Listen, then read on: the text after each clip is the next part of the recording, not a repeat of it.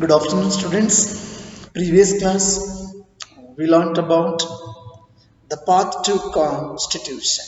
The path to constitution. So, how in the long back we came to know that in 1928 itself only, Motilal Nehru and eight other Congress leaders, so they were drafted a constitution for India, and after that in 1931 the resolution at the Karachi session of the Indian National Congress dwelt on how independent India's constitution should look like.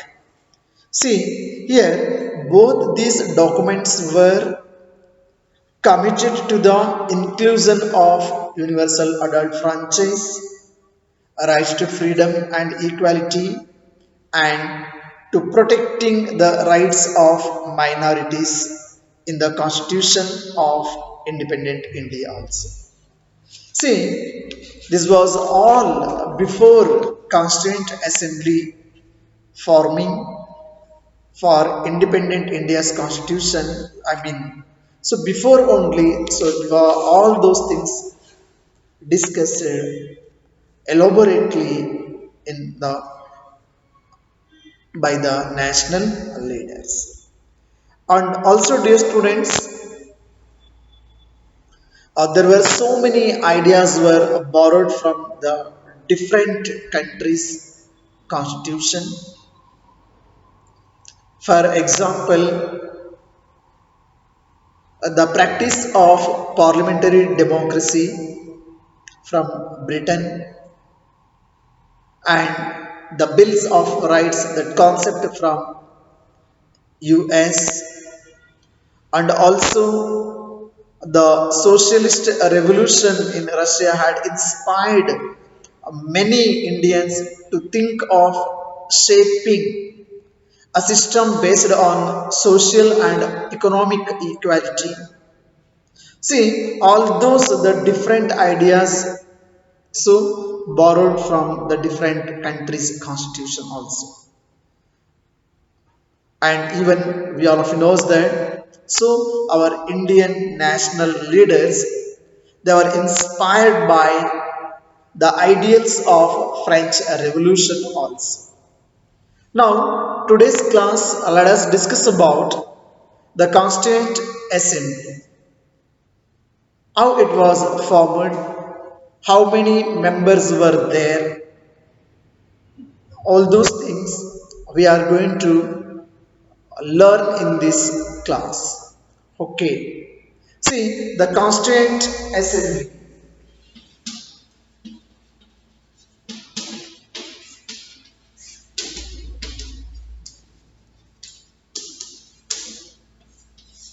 Even forming a Constituent Assembly,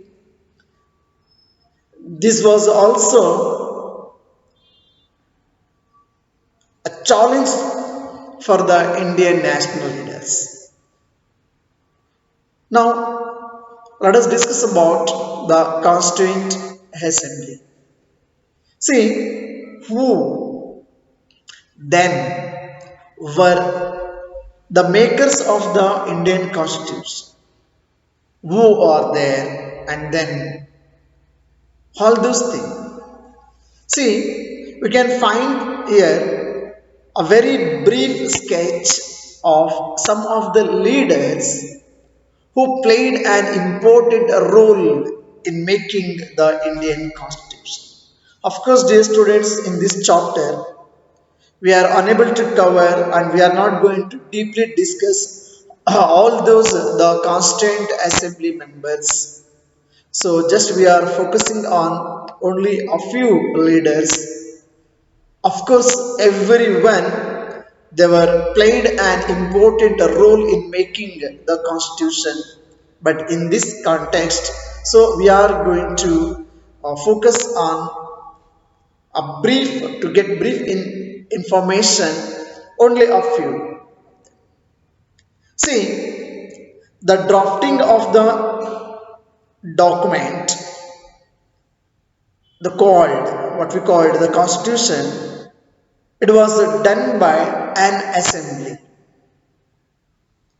It was done by an assembly, and these assembly members, they were elected representatives.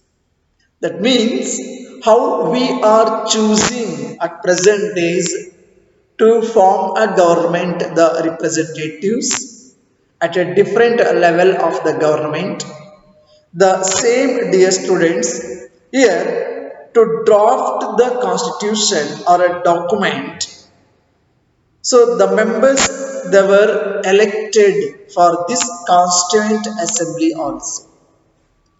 Elections to the constituent assembly were held in July 1946. In the month of July 1946, so elections were held to choose representatives for the constituent assembly. See, it's the first meeting. It was held in December 1946. The election was held in July 1946, and this constituent assembly conducted its first meeting. So, in the month of December 1946, the first meeting. So, which was conducted in December 1946. Soon after, the country was divided into India and Pakistan. We all of you knows that we got independence from the British administration. We all of you knows that 1947 August 15th, that too August 14th midnight. So during the time, actually we all of you already studied the entire subcontinent. It was divided into two different countries on the basis of religion, and we got independence. So the country was divided into India and Pakistan. Then after that, what happened? The Constituent Assembly that wrote the Indian Constitution had 299 members. 299 members. Getting these students? 299 members. So the Indian Constitution, it is consists of 299 members.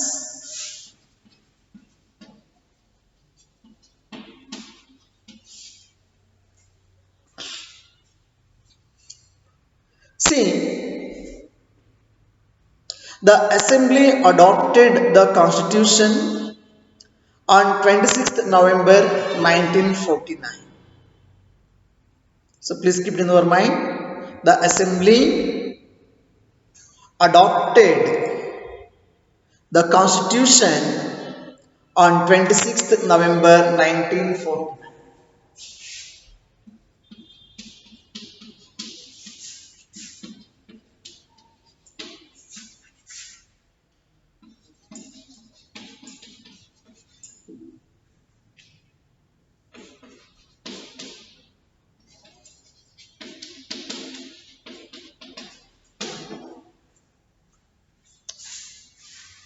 Is it clear now? So 26th of November 1949, the Assembly adopted the Constitution, and we all of you knows that which we are celebrating as Indian Constitution Day. And after that, dear students, It came into effect. It was on 26th January 1950, which we are celebrating as Republic Day every year. So, it was adopted, accepted by the Assembly 26th November 1949 and 26th January 1950. So, it was came into force.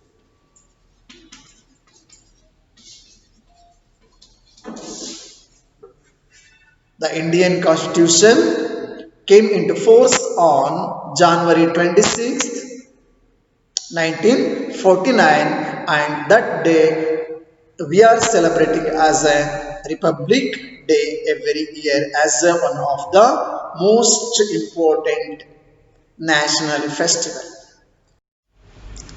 Why should we accept the constitution made by this assembly more than 50 years ago? See, of course, dear students, we are all thinking and discussing, this question may be arised or going to be raised in your mind. So it was written almost 50 years ago. And why should we accept the constitution which was written before 50 years ago?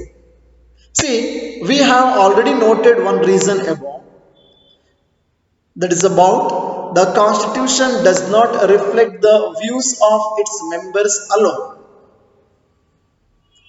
It is actually not only the single member's view or opinion or a view. See, the constitution does not reflect the views of its members alone. Of course, see, it expresses a broad consensus of its time. So many countries of the world have had to rewrite their constitution afresh because the basic rules were not accepted to all major social groups.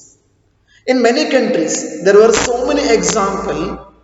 Even after the composition, after it came into force also, many countries' constitution were rewrite. Why? Because no, the basic rules were not accepted by all the major social groups and as well as the political parties. In some other countries, the constitution exists as a mere piece of paper. There was no that much of it was existed as a piece of paper, that's all, and no one actually follows it. There was no meaning for their constitution, and there was no one actually follow it. The experience of our constitution compared to all these different countries' situation and constitutions, it is so different. See, over the last half a century, several groups, the different social groups, we all of knows that India has the diverse people, those who are following the different, those who are belongs to the different socio-religious. So even though here the several, all those, almost all, they were accepted. See, several groups have questioned some previous and whatever the provisions of the constitution. Of course, dear students, regarding something. So there were so many the different social groups. They have questioned some of the provisions which were actually provided by the constitution. But no large social group or political party has ever questioned the legitimacy of the constitution itself, the valid of the constitution itself. No major social group or no single political party. See, this is an unusual achievement for any constitution. This is an unusual achievement for any constitution because everyone, almost all Indians, they were accepted the constitution and they are followed. And the another one important thing, see, accepting the constitution is that the constituent assembly represented the people of India. So this is what the second reason why the Indians they were accepted the constitution. The second reason for accepting the constitution is that the constituent assembly represented the people of India, not only any region or any one single area or place, almost throughout. So there was no universal adult franchise at that time. We know that the universal adult franchise we are adopted after gaining independence only. So when the Constituent Assembly it was formed, so that during 1946, so during the time, so there was no universal adult franchise provided by the British government. So the Constituent Assembly could not have been chosen directly by all the people of India because people they do not have a right to vote. So it was actually elected mainly by the members of the existing provincial legislatures. That's all. So how the members for the Constituent Assembly, so they were elected now. So only the members of the existing provincial legislatures, only those they were chosen the members or the representatives to draw the constitution as a constituent assembly representative or a member. See, this ensured a fair geographical share of members from all the regions of the country. It was covered all the regions of the country. The assembly was dominated by the Indian National Congress, of course, because most of the national leaders are those who are struggled against the British government and those who are almost all, they were all the members of Indian National Congress. See, the party that led India's freedom struggle, because during that time, so we all of you knows that Indian National Congress it was one of the boldest political party which was formed in our country to struggle against British rule and which was actually completely involved in the freedom struggle. And the entire freedom struggle movement, the maximum, it was led by Indian National Congress. But the Congress itself included a variety of political groups and opinions. Even though, dear students, the Indian National Congress itself included a variety of political groups and as well as the different opinions also. The assembly had many members who did not agree with the Congress. Of course, all the members, those who are in, they may not agree, they may not accept the policy of the Indian National Congress, even during the time itself. So the assembly, the Constituent Assembly had many members who did not agree with the Congress. So in social terms too, the assembly represented members from different language groups, different caste, different classes, different religions, and even different occupations. Even if the Constituent Assembly was elected by universal adult franchise, its composition would not have been very different. So it was very clear that the Constituent Assembly, it was including all the different language speakers, different socio-religious groups, and different class, different caste, and even those who are actually followed the different occupations also. That means all the diverse people they were included in the Constituent Assembly. So finally, the manner in which the Constituent Assembly worked gives a sanctity to the Constitution. The Constituent Assembly worked in a systematic, open, and consensual manner. Consensual manner. So it's the completely the entire team, the entire Constituent Assembly worked in a systematic way, and it was a very open and consensual manner. So, first some basic principles were decided and agreed upon.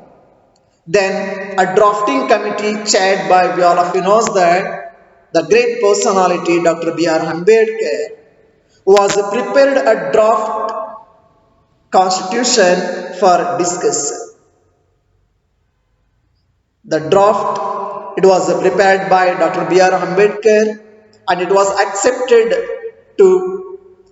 for the discussion. See, several rounds of thorough discussion took place on the draft constitution, clause by clause, more than 2000 amendments. So please keep it in your mind. So more after, during discussion, so more than 2000 amendments were considered.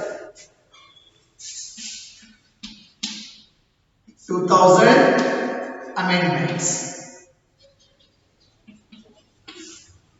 So when the constitution was drafted by Dr. B.R. Ambedkar, it was thoroughly discussed clause by clause and more than 2000 amendments were considered. The members deliberated for 114 days spread over 3 years. Almost they were deliberated 114 days over 3 years.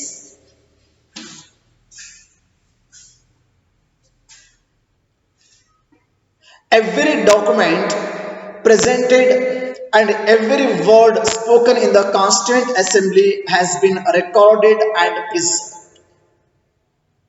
Whatever they were presented, the documentation, every word, whatever they were spoken in the Constituent Assembly has been recorded and preserved also. And these are called Constituent Assembly debates. These were called Constituent Assembly debates. So whatever they were presented, the documents, and whatever they were spoken, the words, whatever they were recorded and preserved. So these are called as Constituent Assembly debates. When printed, these debates are 12 bulky volumes. Then you can try to imagine. After that getting print, so these debates on constitution. So it was about 12 bulky volumes. So these debates provide the rationale behind every provision of the constitution and these are used to interpret the meaning of the constitution also. I hope dear students you have understood about the formation and the role of the Constituent Assembly, how they were prepared. The next class we are going to learn about guiding values of the Indian Constitution. Thank you. Have a nice day.